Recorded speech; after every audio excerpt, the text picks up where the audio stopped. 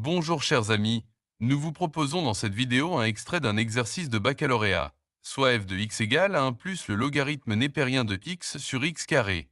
Nous allons calculer la dérivée, déterminer son signe et trouver les points d'intersection avec l'axe des abscisses.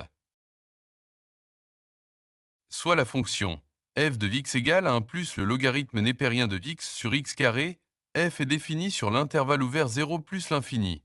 Commençons par le calcul de la dérivée f' de f, sachant que la dérivée de u sur v est égale à u' fois v moins u fois v' sur v carré. On aura alors f' de x égale à la dérivée d'un plus logarithme népérien de x fois x carré, moins un plus logarithme népérien de x fois la dérivée de x carré sur x carré au carré. La dérivée du logarithme népérien de x est égale à x' sur x soit 1 sur x. La dérivée de x carré est égale à 2 fois x' fois x, soit 2x.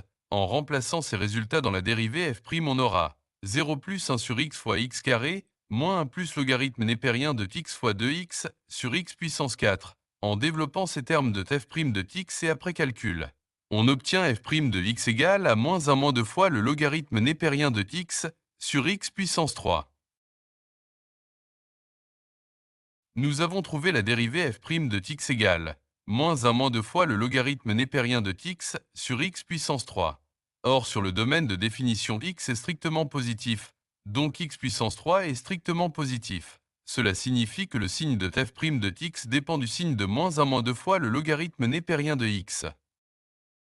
Moins 1 moins 2 fois le logarithme népérien de x est supérieur ou égal à 0, implique moins 2 fois le logarithme népérien de x supérieur ou égal à 1. Donc le logarithme népérien de x est inférieur ou égal à moins 1 sur 2.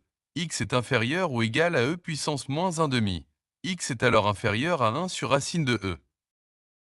Traçons sur un axe le signe de f' de x. Or la fonction f est définie juste sur l'intervalle allant de 0 à plus l'infini. F' s'annule en 1 sur racine de e.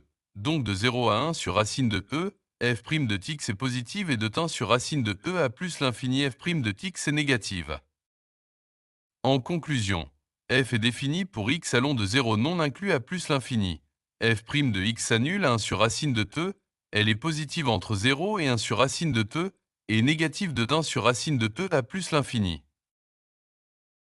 Passons maintenant au point d'intersection de la courbe représentative de f avec l'axe des abscisses. L'équation de l'axe des abscisses x' au x est y égale à 0, et pour la fonction f, y est égal à f de x.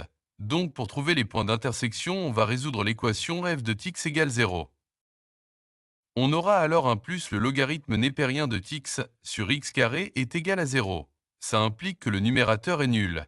Donc un plus le logarithme népérien de x égale 0. Le logarithme népérien de x égale à moins 1. X est égal à e puissance moins 1 soit 1 sur e. Donc la courbe représentative de f coupe l'axe des x' au x au point de coordonnées 1 sur 0. Chers amis, ici se termine cette vidéo.